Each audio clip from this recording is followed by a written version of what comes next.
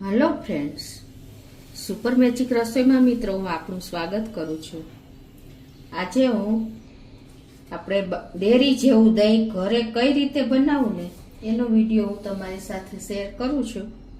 તો તમને ચોક્કસ આ વિડીયો ગમે તો લાઈક કરજો, શેર કરજો અને સબસ્ક્રાઈબ કરવાનું તો ભૂલતા જ નહીં।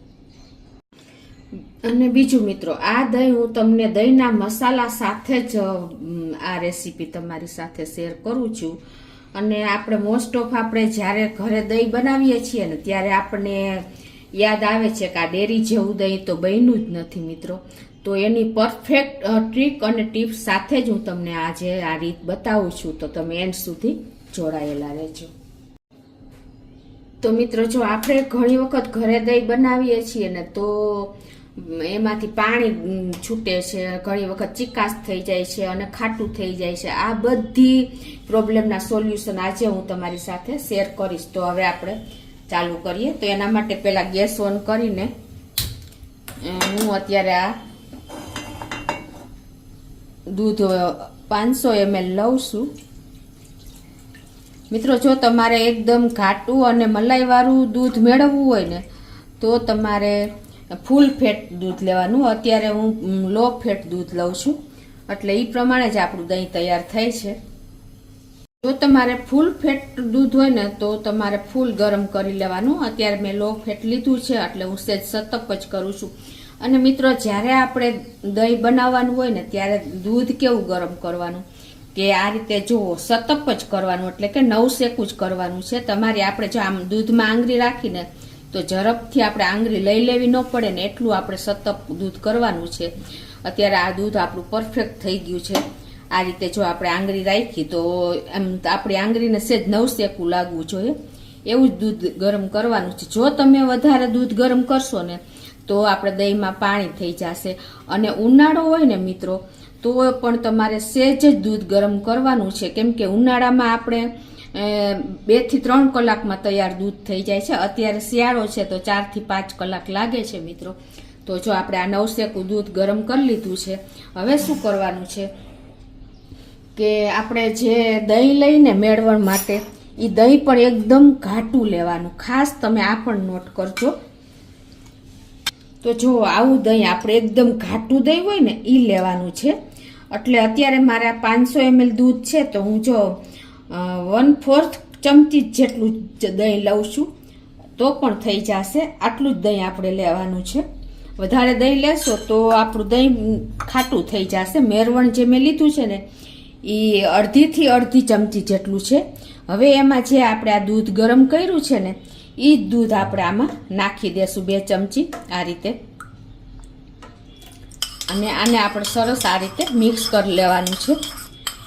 મિત્રો, તમે છાશ લેશો ને તો પણ દહીં સરખું નહીં થાય। જો આવી રીતે ઘાટું દહીં હશે ને તો તમારે આ દૂધ જે ગરમ કર્યું હોય ને એ જ તમારે આમાં નાખીને આ રીતે મિક્સ કરી દેવાનું।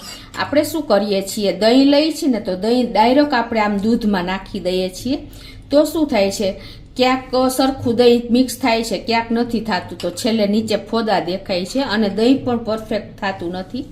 એટલે તમે આ રીતે જો મિક્સ કરીને દહીંમાં દૂધ, પછી તમારે આ રીતે આપણે જે દૂધ છે ને એમાં જ આ રીતે આપણે નાખી દેવાનું છે અને પછી તમારે આ રીતે મિક્સ કરી લેવાનું છે। મિત્રો, ખાસ નોટ કરજો, ડાયરેક્ટ આપણે દહીં કે નાખવાનું જ નથી, આ રીતે તમારે દૂધમાં મિક્સ કરીને નાખશો એટલે પરફેક્ટ ઇવનલી બધે સરખું ફેલાઈ જશે।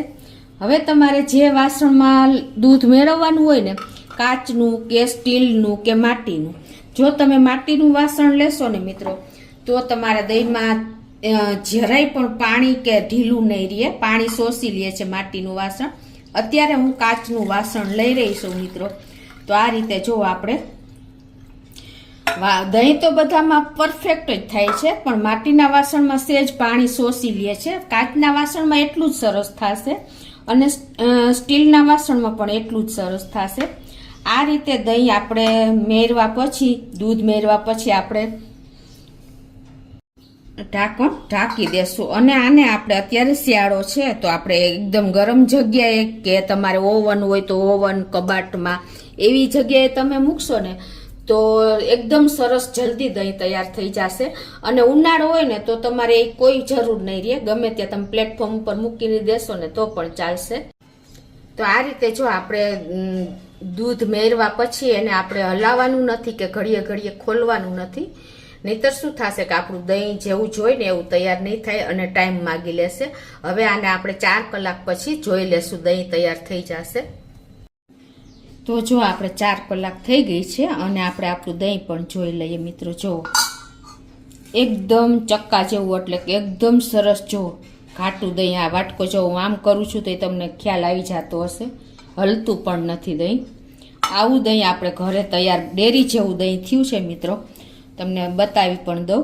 જુઓ મિત્રો, આ રીતે જુઓ, તમે ચમચો ભરાવો છો ને તો એને એકદમ જુઓ છે ને, એકદમ ઘાટું દહીં તૈયાર થયું છે. ડેરી જેવું જ આપણું દહીં છે, ચક્કા જેવું. જુઓ તમે આ રીતે બનાવશો ને તો ચોક્કસ તમારે ક્યારેય બહાર દોડવું નહીં પડે ડેરીનું દહીં લેવા માટે. હવે એના માટેનો મસાલો પણ હું તમને બતાવી દઉં. તો હવે આપણે દહીં સાથે ખાવાનો મસાલો પણ હું તૈયાર કરું છું. આ મસાલો એટલો ટેસ્ટી થાય છે ને મિત્રો કે તમારા દહીંનો સ્વાદ અનેક ગણો વધારી દેશે. તો એમાં શું કરવાનું છે કે આપણે જે રૂટીન આપણે ધાણા જીરું હોય છે ને, એ ધાણા જીરું 2 ચમચી લેશું.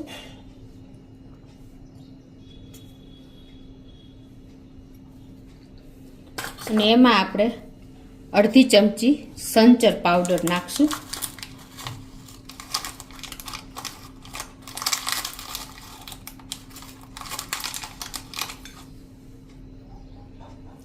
અને અડધી ચમચી આપણે મીઠું નાખી દેશું.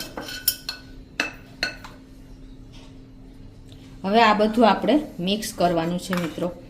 આ મસાલો તમે છાશમાં પણ ઉપયોગ કરી શકો છો. આપણે ઘણી વખત મસાલો નથી હોતો તો આપણે છાશમાં ખાલી મીઠું નાખીને ચલાવી લઈએ છીએ, પણ જો આ મસાલો ઇન્સ્ટન્ટ તૈયાર થઈ જાય છે, કોઈ ટાઈમ જ નથી લાગતો. આ રીતે તમારે એકદમ સરસ, જો હાથેથી તમારે ન કરવું હોય તો મિક્સર જારમાં પણ તમે સરસ મિક્સ કરી શકો છો. તો જો આ રીતે આપણે મસાલો સરસ તૈયાર થઈ ગયો છે. હવે શું કરવાનું છે કે આપણે જે આ દહીં, આપણે અત્યારે આજ વધારે દહીં છે તો હું એક વાટકામાં લઈને તમને બતાવી દઉં છું. જો મિત્રો, એકદમ ચક્કા પડતું દહીં આપણું તૈયાર થયું છે ને, આવી રીતે એક વાટકીમાં દહીં લઈ લેવાનું છે. અને પછી તમારે જે આપણા મસાલો બનાવ્યો છે ને એ તમે આ રીતે સ્પ્રિંકલ કરી દેવાનો છે. આપણે ઘણી વખત બહાર જાય છે ને ત્યારે આ રીતે આપણને દહીં સર્વ કરે છે. સ્પેશિયલ દહીં હોય ને ત્યારે માટીના વાસણમાં કે કાંઈ પણ વાટકીમાં, તો તમે જોઈ શકો છો કેવું એનું લુક પણ આવે છે. અને આપણું દહીં પણ તમે જુઓ, એકદમ ચોસલા પડી ગયા છે એવું દહીં તૈયાર થયું છે મિત્રો.